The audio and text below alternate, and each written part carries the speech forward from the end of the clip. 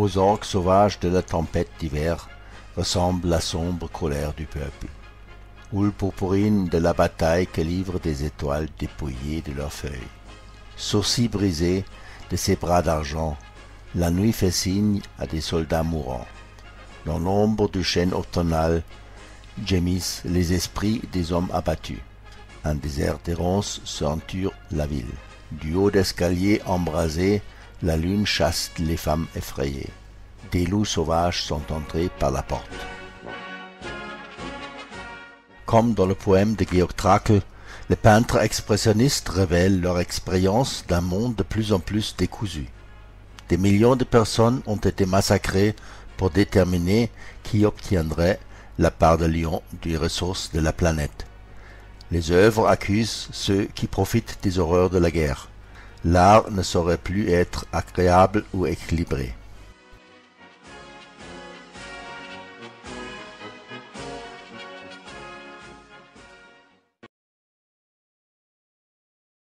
Vers la fin de la guerre, le grand magasin d'art d'avant-garde, l'Action, publie des textes de plus en plus politiques. Le groupe d'artistes Novembergruppe avait été créé pendant la Révolution allemande de novembre 1918.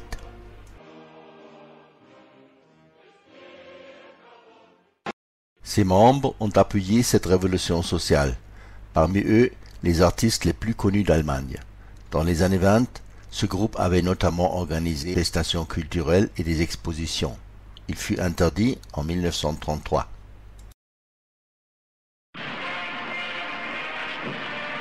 Les nazis étaient les ennemis jurés de tous ceux qui se solidarisaient avec la révolution de novembre. Les artistes de la Novembergruppe et tous les artistes modernes ont été baptisés les bolcheviks culturels, Kulturbolschewisten. Quant aux partisans de la République de Weimar, ils étaient traités de criminels de novembre. Alfred Rosenberg, rédacteur en chef de l'organe central du parti nazi, le Völkischer Beobachter, et Heinrich Himmler, qui deviendrait le chef des SS, fondèrent en 1928 une organisation nazie de lutte culturelle, le Kampfbund für deutsche Kultur. Agitateur principal de cette organisation, l'architecte Schulze-Naumburg. Son association d'architectes, le Bloc, lance en 1927 une campagne mémorable. Il qualifie le toit plat de judéo-bolchevique et non-allemand. Sa campagne ne connaît aucun succès. Par contre, son livre publié l'année suivante, Art et Race, va devenir la référence pour qualifier un soi-disant art dégénéré. En combinant des œuvres expressionnistes avec des photographies d'handicapés physiques ou mentaux, il suggère que les artistes modernes sont aussi malades et donc atteints de troubles mentaux tels que le crétinisme et la dégénérescence. Ainsi, les opposants politiques et esthétiques tombent sous le coup de diffamations de plus en plus violentes et sont désignés comme dégénérés. Terminologie qui mènera plus tard à l'extermination.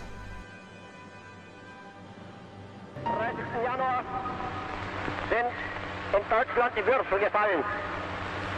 Und ich glaube nicht, dass die Gegner, die damals noch gelacht haben, heute auch noch lachen.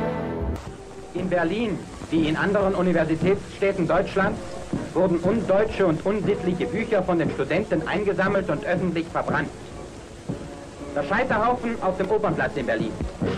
Das Zeitalter eines überspitzten jüdischen Intellektualismus ist nun zu Ende. Alles Undeutsche dem Feuer gegen Klassenkampf und Materialismus.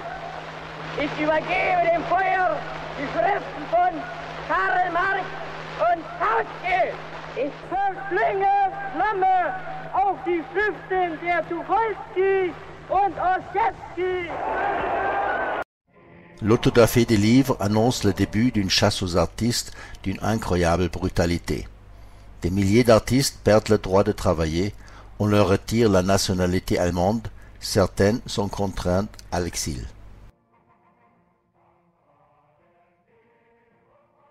En novembre 1933, la Chambre de la culture du Reich, la Reichskulturkammer, organise un contrôle total sur tous les artistes.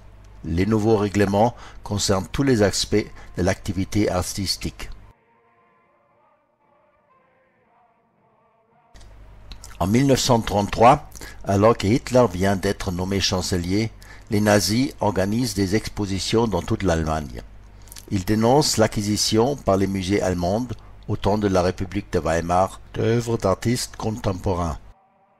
Le nettoyage final des musées allemands n'a lieu qu'en 1937, avec la saisie des milliers d'œuvres d'art à l'occasion de l'exposition Art dégénéré à Munich. À chaque époque, on doit s'apprendre de nouvelles formes d'expression artistique. Les nazis ont proposé une solution simple. Pas d'effort nécessaire, tout ce qui est nouveau ne peut être qu'une dégénérescence de la normalité. Peu à peu, soumis à une propagande très bien maîtrisée, la population allemande s'habitua à la persécution de quiconque s'écarterait de la norme. Elle devenait ainsi complice de la marginalisation et de la destruction du soi-disant dégénéré. Ce furent d'abord les artistes de l'art moderne, puis les personnes handicapées ou atteintes de maladies tenues pour génétiques, et bientôt les juifs victimes d'un génocide. L'exposition Art dégénéré fut un élément important dans la préparation des crimes à venir. Les œuvres saisies étaient transférées au dépôt. Les marchands d'art furent choisis pour vendre une partie des œuvres saisies. Celles qui ne furent pas vendues furent brûlées. Sur la couverture du guide de l'exposition Art dégénéré, une photo de l'homme nouveau de Otto Freundlich. Une œuvre soigneusement choisie. Otto Freundlich était un membre fondateur du Novembergruppe, et il fut l'un des rares artistes juifs exposés. Sur les 120 artistes participant à l'exposition, seuls 6 étaient juifs. Otto Freundlich travaillait à Paris depuis 1924.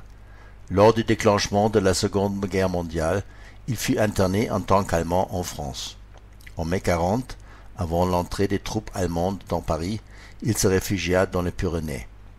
Le 23 février 1943, dénoncé comme juif, il fut arrêté et déporté par les Allemands vers le camp d'extermination Majdanek, où il fut assassiné le jour même de son arrivée. Le président de la Chambre des Beaux-Arts, Adolf Ziegler, est nommé organisateur de l'art allemand. C'est lui qui met en place l'exposition Art allemand et Art dégénéré. L'orientation stylistique de l'art nazi dans les temps anciens était basée sur le racisme. Dans la propagande nazie, les sculptures d'un Arno Breker ou d'un Joseph Thorac évoquent l'incarnation du corps idéal, synthèse du corps grec et de celui de la race nordique. Toute représentation des horreurs de la guerre est désormais traitée de sabotage militaire peinte. Quant à la représentation des figures athlétiques, elles servent à préparer au service militaire. Plus la guerre annoncée par Hitler semble proche, plus les sculptures revêtent un caractère martial. Ainsi les nus masculins portent fréquemment une épée à la main.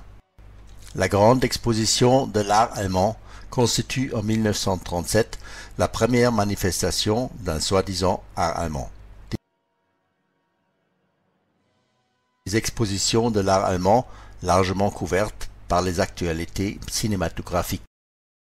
Wir haben ein deutsches Theater, einen deutschen Film, eine deutsche Presse, ein deutsches Schrifttum, eine deutsche bildende Kunst, eine deutsche Musik und einen deutschen Rundfunk. Der früher oft gegen uns vorgebrachte Einwand, es gäbe keine Möglichkeit, die Juden aus dem Kunst- und Kulturleben zu beseitigen, weil deren zu viele seien und wir die leeren Plätze nicht neu besetzen könnten, ist glänzend widerlegt worden. Le sculpteur Arno Breker et l'architecte Albert Speer deviennent à cette époque les meilleurs représentants de la culture allemande. Lors de la compétition d'art olympique de 1936, Breker remporte une médaille d'argent pour les sculptures Le Décathlonien et la championne. Albert Speer conçoit une transformation de Berlin en capitale mondiale Germania. Parmi les œuvres commandées à Breker figurent des bas-reliefs de 240 mètres de long et de 10 mètres de haut. Mais avant cela, Hitler doit trouver de nouvelles ressources financières pour ses gigantesques entreprises. Le programme d'armement a été financé par des prêts dont le remboursement s'avère difficile. Le Reich était proche de l'insolvabilité. Pour obtenir de nouvelles ressources, une expédition militaire devient vitale pour les nazis.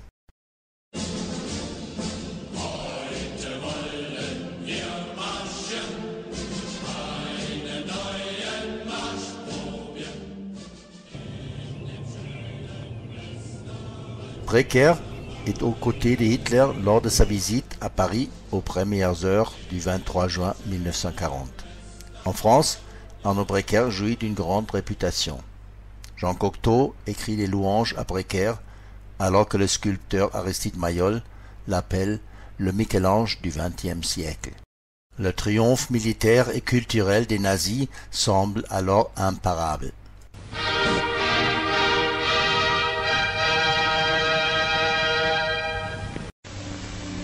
Professor Arno Bräker, einer der bedeutendsten Repräsentanten neuer deutscher Kunst bei der Arbeit.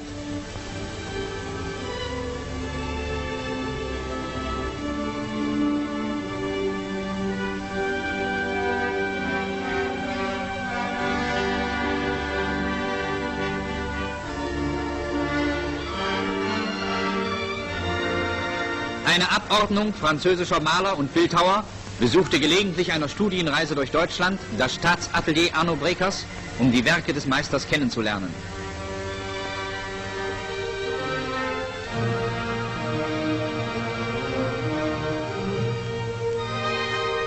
Nach den Weimarer Dichtertagen stand auch dieser Besuch im Zeichen des geistigen Neuaufbaues in Europa.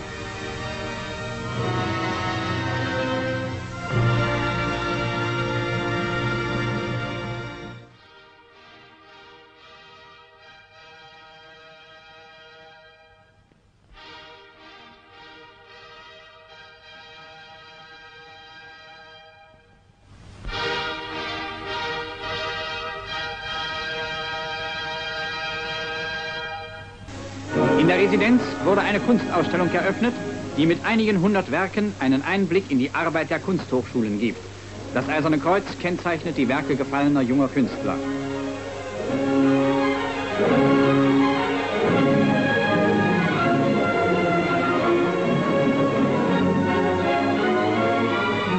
Viele Teilnehmer tragen hohe und höchste Kriegsauszeichnungen. Werk und Wehr. Eine Plastik von Ivo Boyka.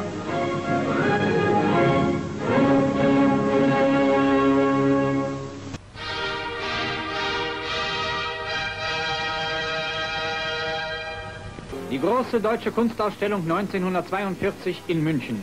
Am 4. Juli wurde diese einzigartige Schau, in der 680 Künstler ihre Werke zeigen, von Reichsminister Dr. Goebbels eröffnet.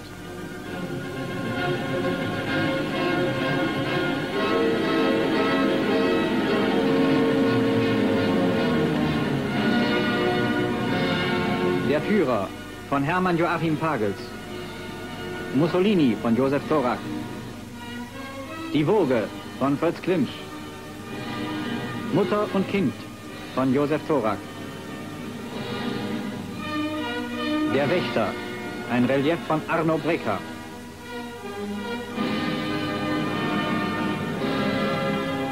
Führerbild von Rudolf Gerhard Zill. Die Ritterkreuzträger der Leibstandarte von dem 22-jährigen Kriegsbrichter Ernst Krause. Kämpfendes Volk von Schmitz-Wiedenbrück.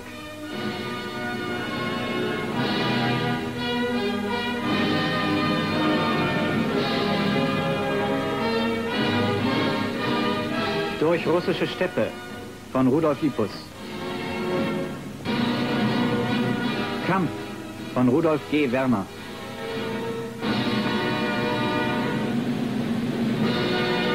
Übergang am Oberrhein von Wilhelm Sauter.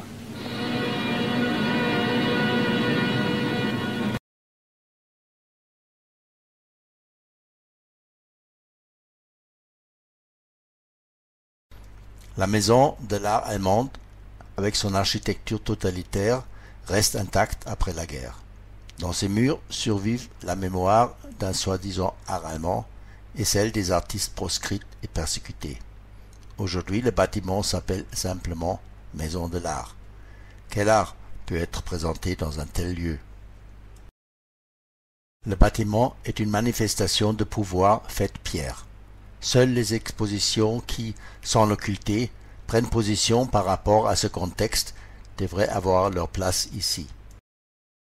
Résolument antitotalitaire, l'œuvre de l'artiste chinois Ai Weiwei répond de façon magistrale à cette exigence.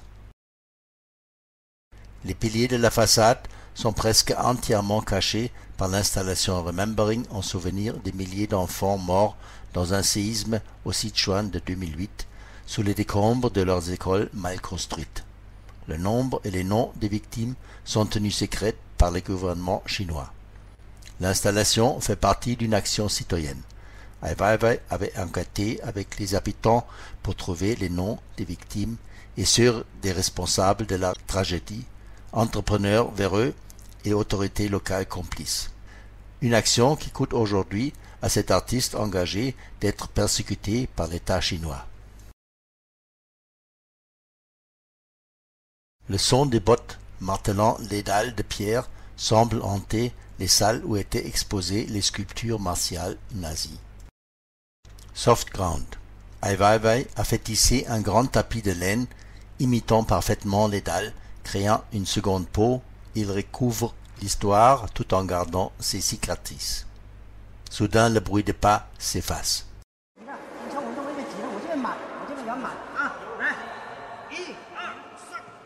It's about communicating. It's about how we use the language, which can be part of our history or part of other histories, and how we transform it into today's language.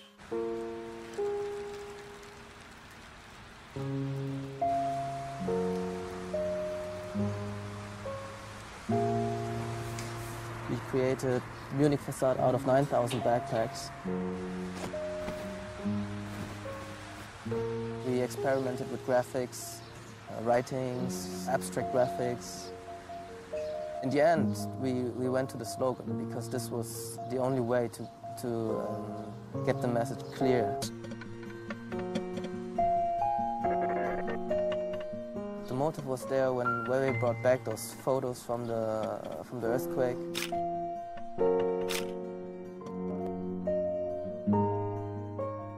The sentence on the backpack is come from a letter of the earthquake survivors and the parents of this girl. Her name is Yang Xiaowan, and her mother said, we don't want anything else, but we want my daughter to be remembered. She had been happily living in this world for 7 years.